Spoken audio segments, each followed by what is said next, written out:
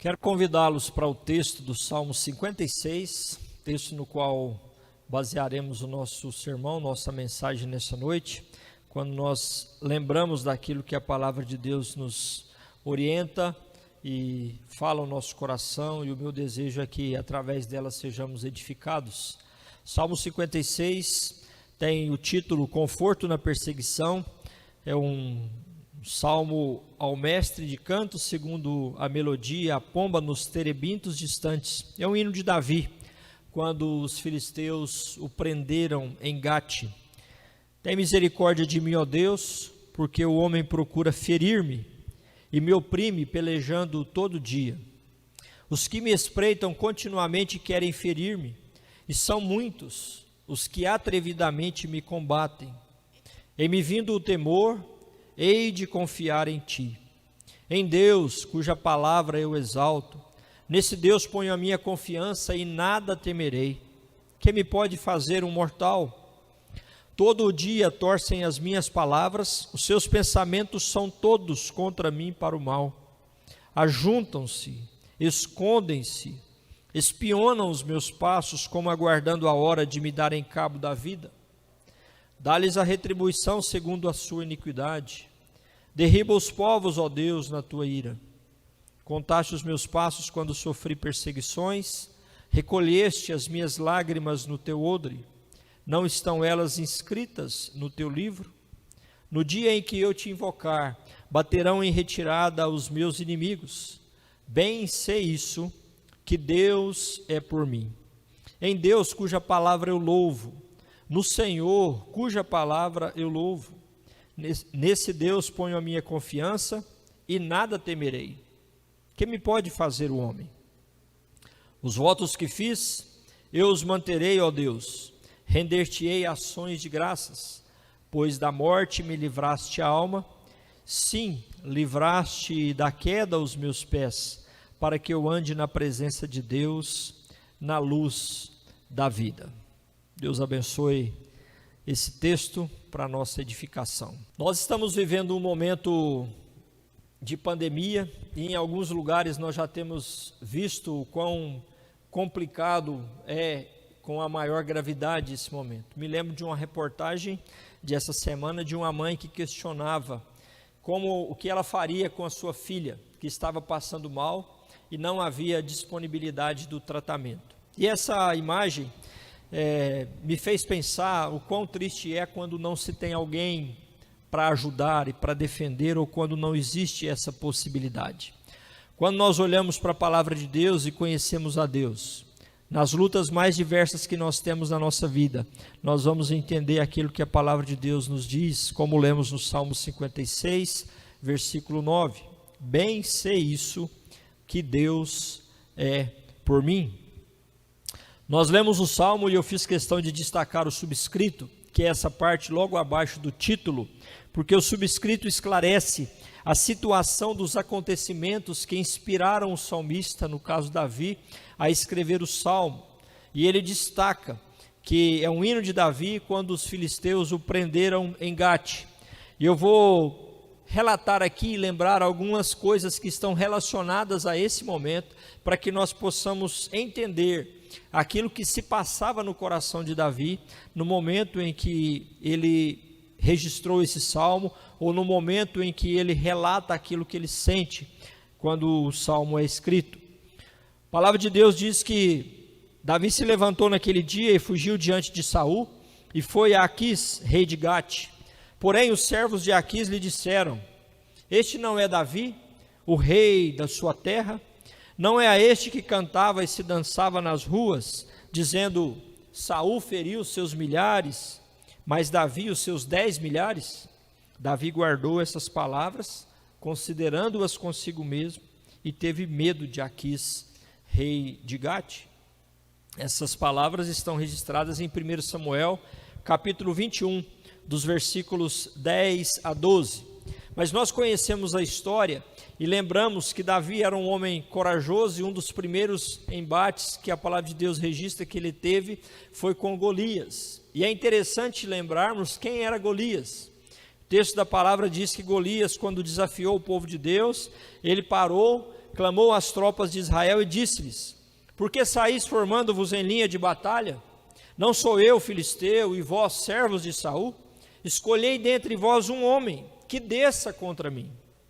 Pelo que Davi correu, já falando depois de ter aceitado o desafio e no momento da batalha proposta por Golias, ele correu e lançou-se sobre o filisteu, tomou-lhe a espada, desembainhou-a e o matou, cortando-lhe com ela a cabeça. Vendo os filisteus que era morto o seu herói, fugiram. Esses textos estão em 1 Samuel 17:8, quando Golias faz o desafio, e 1 Samuel 17:51, quando Davi vence o herói dos filisteus. E o texto continua falando que sucedeu, porém, que vindo Saul e o seu exército, e voltando também Davi de ferir os filisteus, as mulheres de todas as cidades de Israel saíam ao encontro do rei Saul, cantando e dançando, com tambores, com júbilo e com instrumentos de música. E dispôs-se Davi e partiu com os seus homens em uma empreitada contra os filisteus. E diz o texto que ele feriu dentre os filisteus 200 homens, trouxe os seus prepúcios e os entregou ao rei Davi, para que ele fosse genro, como um dote que lhe havia sido requerido pelo rei Saul.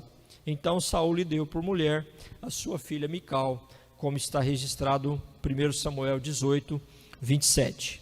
Nesse momento que nós lemos o texto, Davi, diante de todas essas questões, ele é forçado a fugir de Saul, que passou a persegui-lo. Então ele já tinha ferido vários filisteus. Em um texto diz que ele feriu 200. Saul tinha pedido 100, que ele matasse 100, mas ele matou 200. E o texto diz que ele voltava com Saul de ferir os filisteus.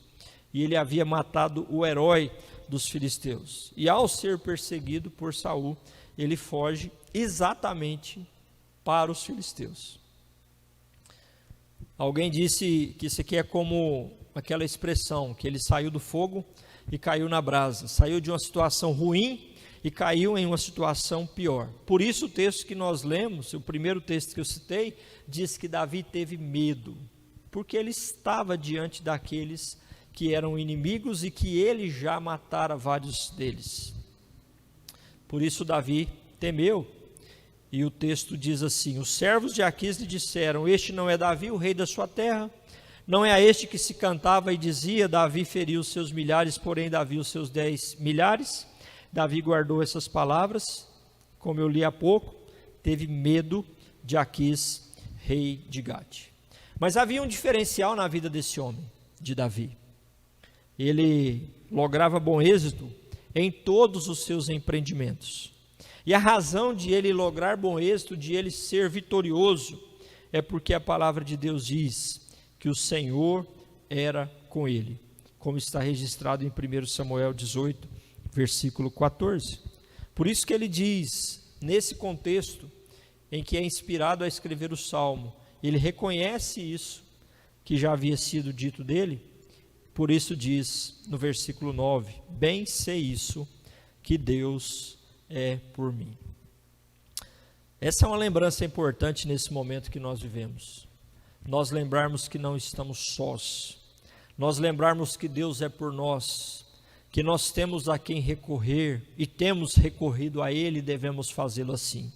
Mas eu quero nessa noite, nessa hora, lembrar a você e a mim essa lembrança importante, que o Senhor é conosco e o Senhor é por nós. E olhando o versículo 9, pensarmos a partir daqui, o que acontece quando temos a consciência de que Deus é por nós? Primeiramente, eu quero lembrar que quando nós temos a consciência que Deus é por nós, o temor dá lugar à confiança. Observe o que aconteceu na vida de Davi, e o texto relata no versículo 3: em me vindo o temor, hei de confiar em ti. Versículo 4: em Deus cuja palavra eu exalto, nesse Deus ponho a minha confiança e nada temerei. E também no versículo 11, ele diz: nesse Deus ponho a minha confiança e nada temerei, que me pode fazer o homem.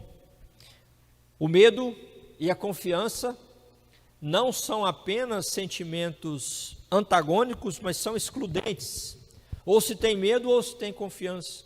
Não dá para ter os dois ao mesmo tempo quando se pensa numa situação, e Davi está mostrando isso, por isso que ele tem que substituir o medo, o temor pela confiança.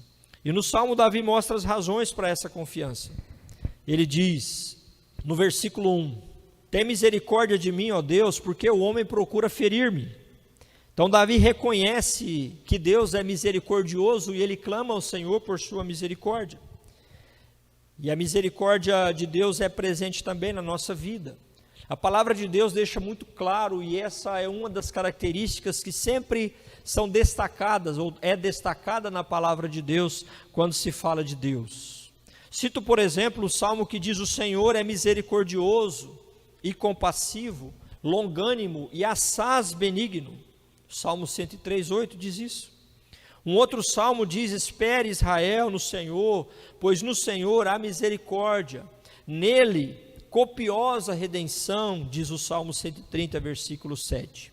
Nós temos inclusive um salmo na Escritura que usa a expressão porque a misericórdia do Senhor dura para sempre como um refrão, falando de atos de Deus específicos e usando esse refrão para mostrar que na história de Israel, cada ato acontecia pela misericórdia do Senhor. E Deus continua misericordioso para comigo e para com você. Essa característica de Deus faz com que Ele assuma a nossa miséria e nos tire dela. Ele é misericordioso. Por isso nós podemos e devemos confiar no Senhor ao invés de temermos. Temos lembrado muito nesses dias texto que diz: quero trazer à memória o que me pode dar esperança. As misericórdias do Senhor são a causa de não sermos consumidos, porque as suas misericórdias não têm fim, renovam-se cada manhã. Grande é a tua fidelidade, diz o texto de Lamentações, capítulo 3, versículos 21 a 23.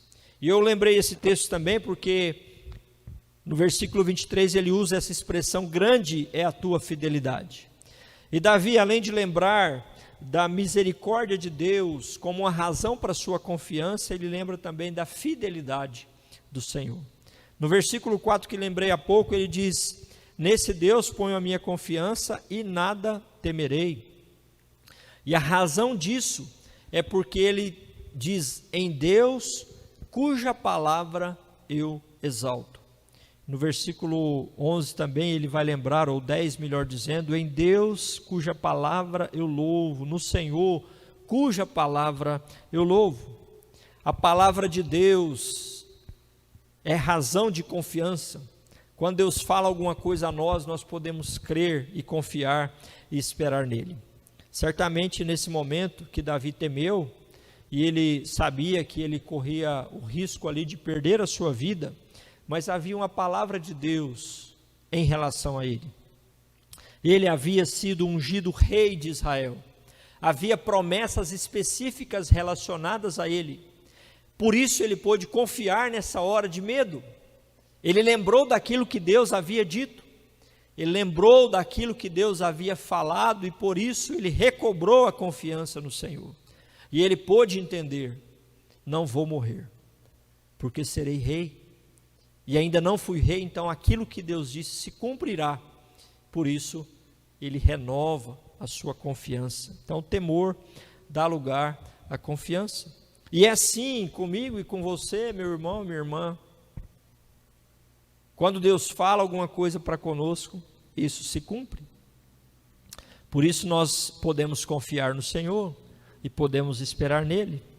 Eu lembro da frase de um missionário, quando questionado sobre ao ir para uma tribo em que ele, ao chegar ali, poderia ser morto, ele respondeu àquele que o questionava e disse: enquanto Deus tiver uma missão para mim, eu sou imortal. E é assim com cada um de nós.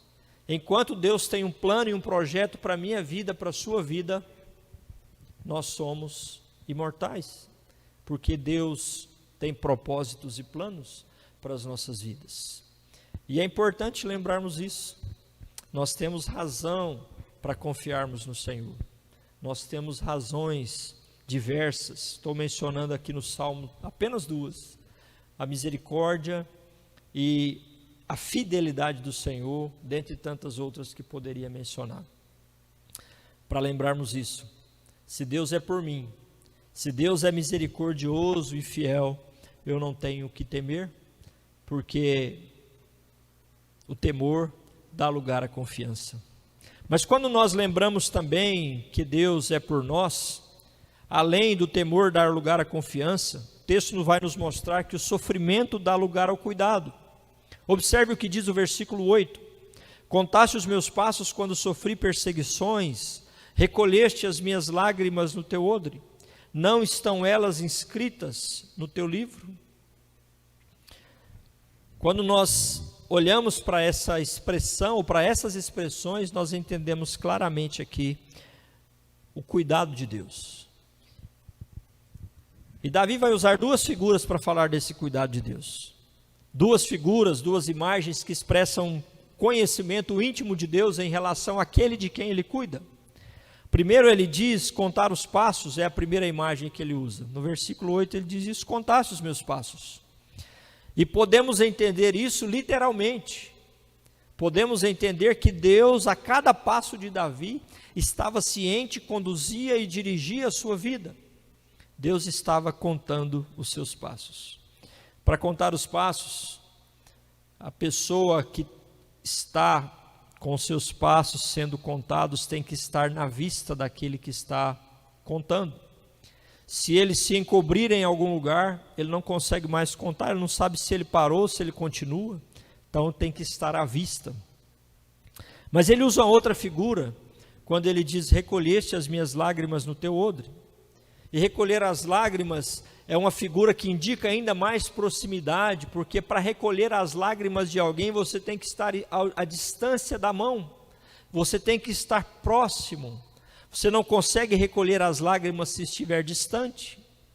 E ele usa essa figura justamente para mostrar esse cuidado presente de Deus, como um Deus próximo a nós nos momentos de sofrimento. É muito interessante observarmos isso e entendermos que assim como o Senhor cuidou dele, o Senhor cuida de nós. E por falar em Senhor, que é o nome de Deus dito aqui nesse texto, é interessante que ele é usado, se não me engano, apenas uma vez nesse salmo. Ele usa, por exemplo, no versículo 1, tem misericórdia de mim, ó Deus. Ele usa no versículo 4, em Deus ponho a minha confiança. Mas quando ele fala Senhor, ele diz isso no versículo 10, depois de usar justamente essa expressão que está servindo de tema para esse sermão. Quando ele diz, bem sei isso, que Deus é por mim, e ele então chama Deus de Senhor, no Senhor, cuja palavra eu louvo. E quando nós entendemos que Deus é Senhor, nós o fazemos porque nós entendemos que Ele está em um relacionamento conosco, e nós podemos com isso entender que Ele cuida de nós, como o Senhor que é, como alguém que tem cada detalhe da nossa vida sob o seu controle.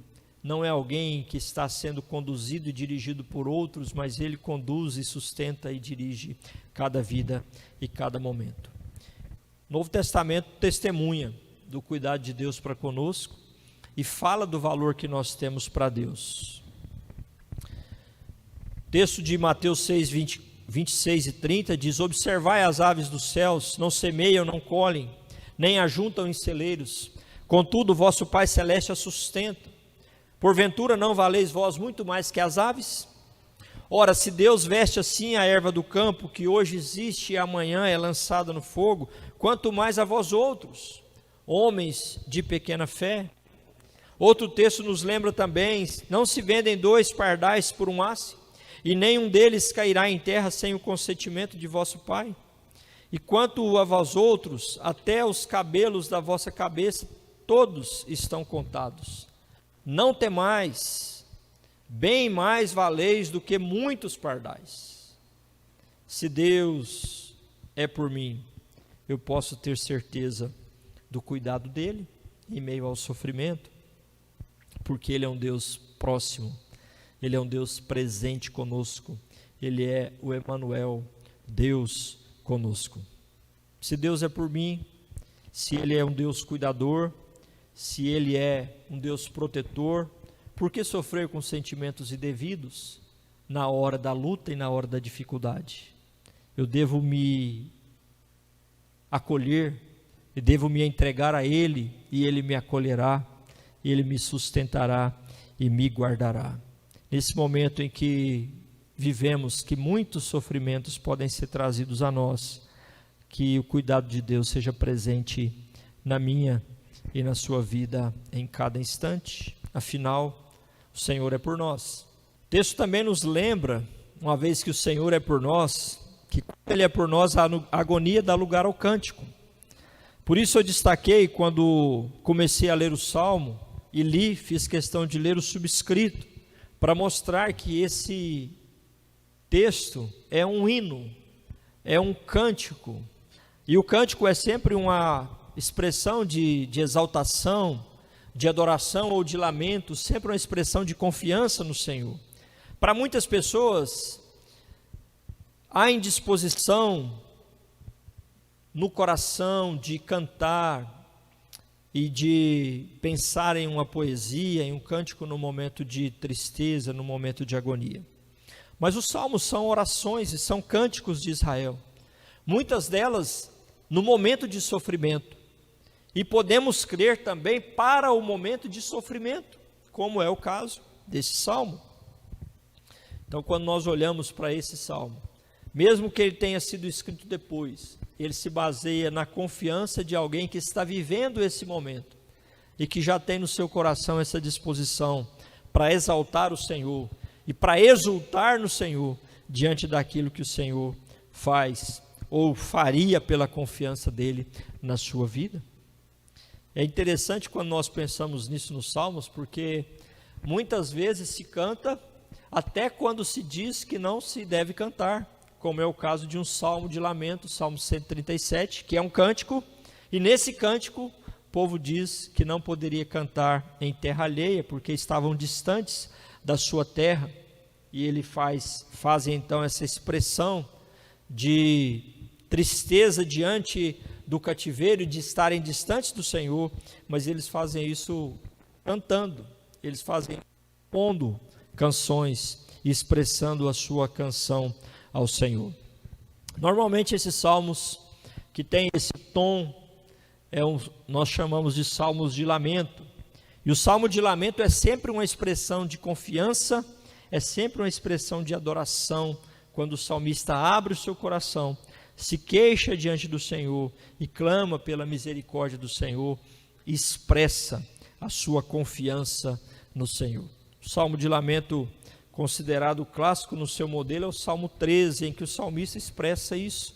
Ele canta evidenciando que no seu coração ele sai da dor e se dirige ao louvor, expressa ao Senhor a sua confiança, porque ele termina falando: cantarei ao Senhor, porquanto me tem feito muito bem.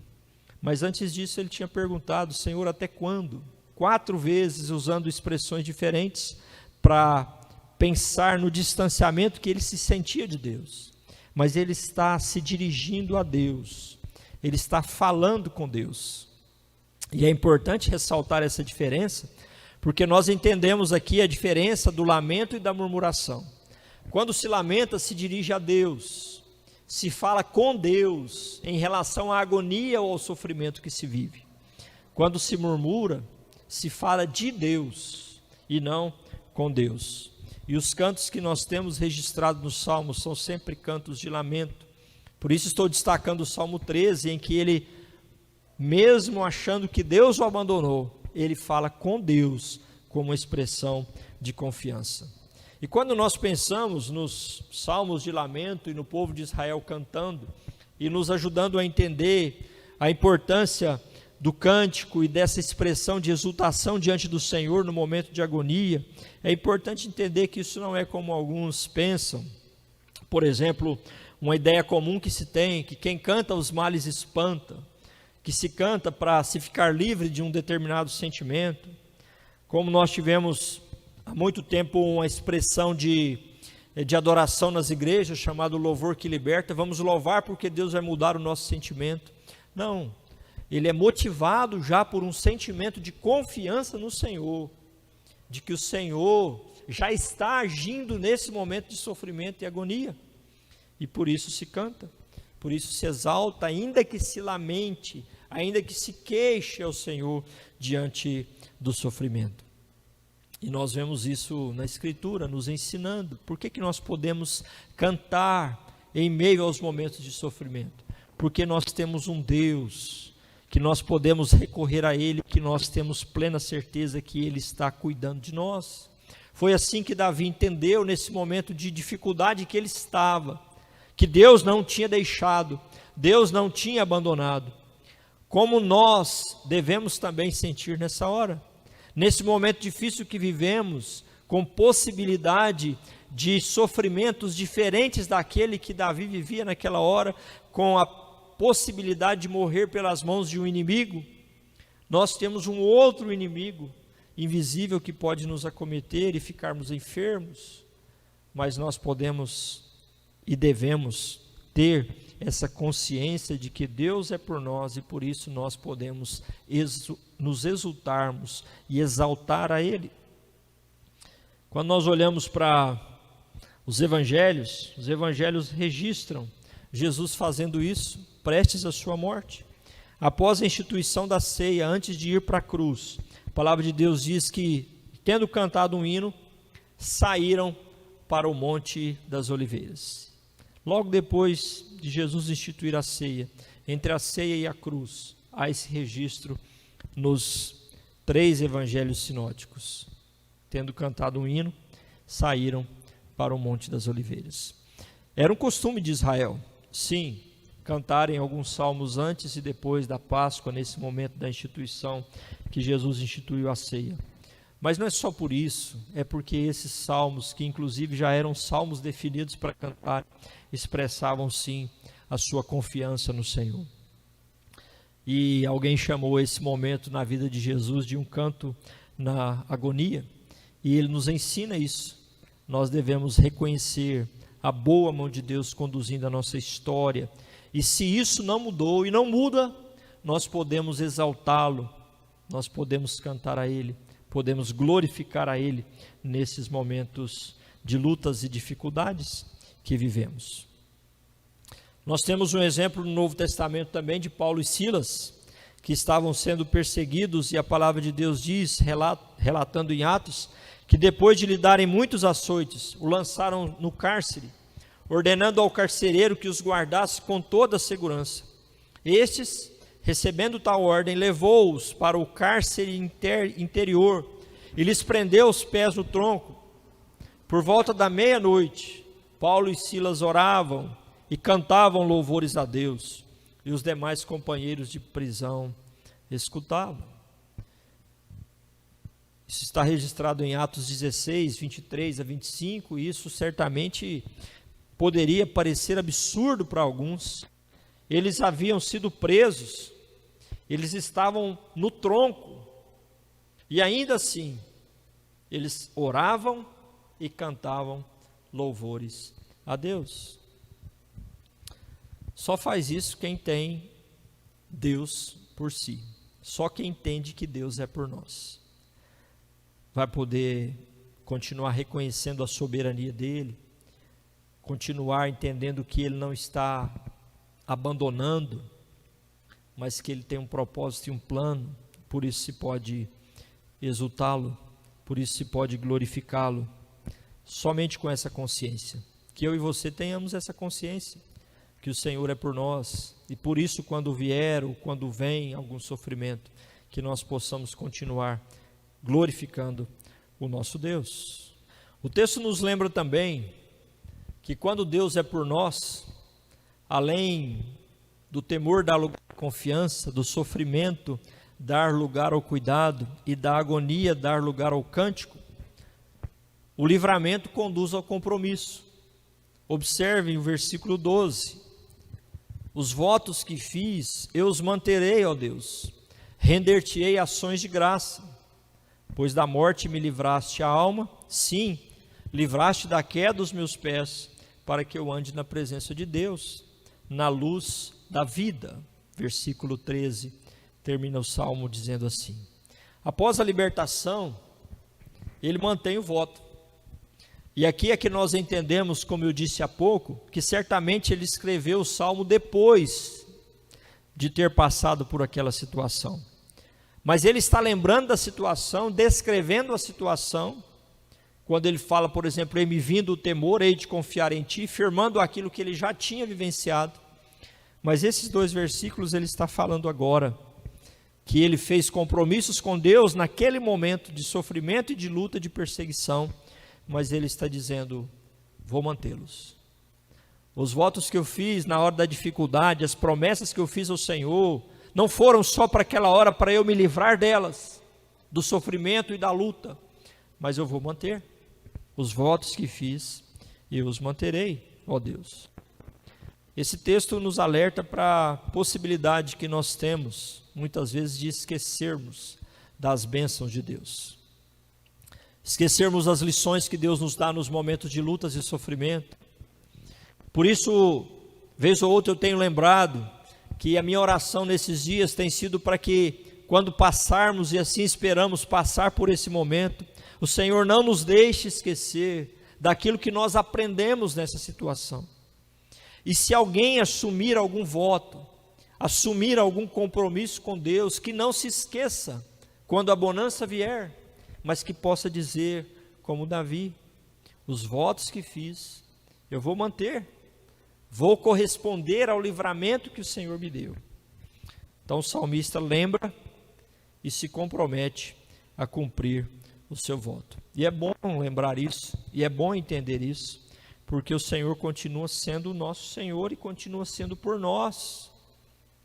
Ele não é só o nosso Senhor na hora da luta, Ele é o nosso Senhor sempre, Ele é o nosso Senhor constantemente, e nós devemos andar nessa aliança com Ele.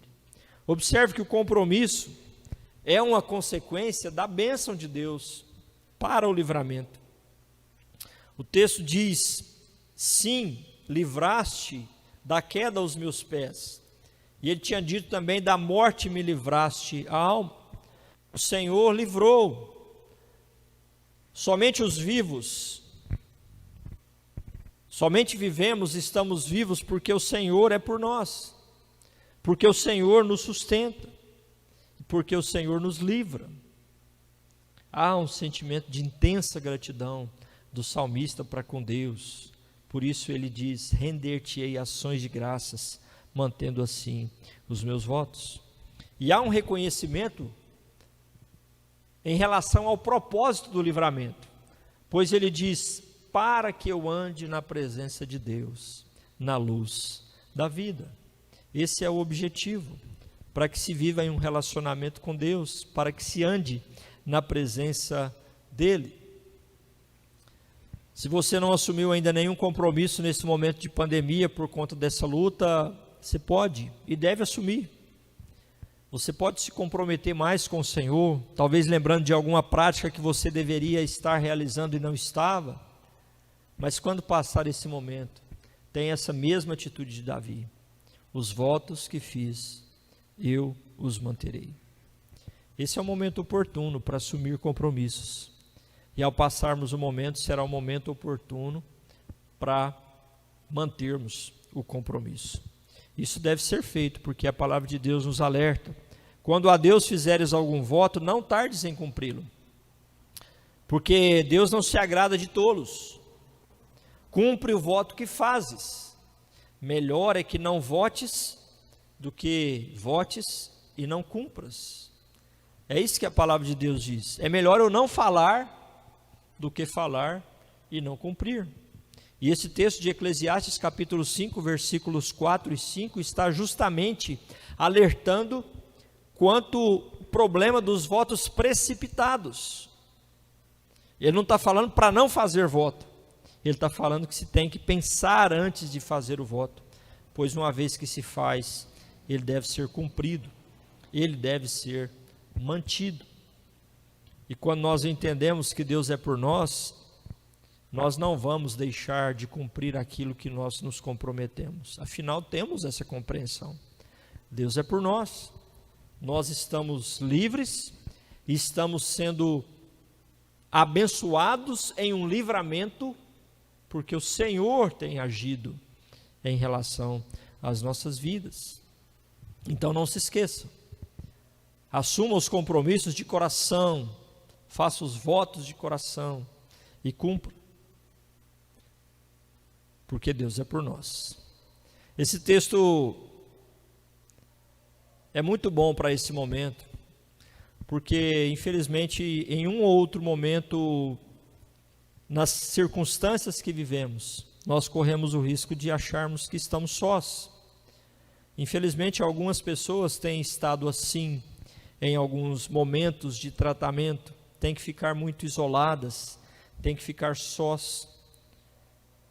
Mesmo tendo cuidado de outros, às vezes esse sentimento pode vir ao coração. Mas não nos esqueçamos, nós temos um Deus que é por nós. E esse texto nos ajuda a lembrar que quando Deus é por nós, o temor dá lugar à confiança, o sofrimento dá lugar ao cuidado, a agonia dá lugar ao cântico, à exultação, e o livramento vai naturalmente conduzir ao compromisso. Por isso eu quero convidar você e a mim também para vivermos essa palavra, para praticarmos isso que nós aprendemos nesse salmo. E para fazermos isso nós temos que ter essa plena certeza de que o Senhor é por nós. Não duvide disso. Há um Deus que nos ama, há um Deus que cuida de nós, há um Deus que nos sustenta, há um Deus que continuamente está zelando por nós. Ele está presente, Ele está vivo e Ele age. E nós devemos confiar nele. Ele pode nos agir livrando da enfermidade, Ele pode nos agir nos deixando passar por momentos de dificuldade com enfermidade, como aconteceu com Davi, não com enfermidade nesse momento, mas passando por esse perigo iminente nas mãos dos seus inimigos. Mas ele tem essa clara consciência, há um Deus e a minha confiança está nele. Portanto, tenhamos essa certeza plena que o Senhor é por nós. E vivamos essa palavra também confiando nele. Se vier medo, confie no Senhor. Em me vindo o temor, hei de confiar em ti. Exulte nele, porque ele está cuidando de nós, ele está cuidando de você e de mim. E nos comprometamos com ele. Façamos o compromisso de estarmos firmes, de andar na presença dele na luz da vida. Ao fazermos isso, nós vamos vivendo aquilo que a palavra nos ensina nesse momento difícil que vivemos, que certamente já o tornará mais ameno por conta da presença e a ação de Deus na nossa vida. Eu quero convidar você para fazer suas as palavras do salmista. Você pode dizer isso? Bem sei isso, que Deus é por mim. Bem sei isto, que Deus é por mim.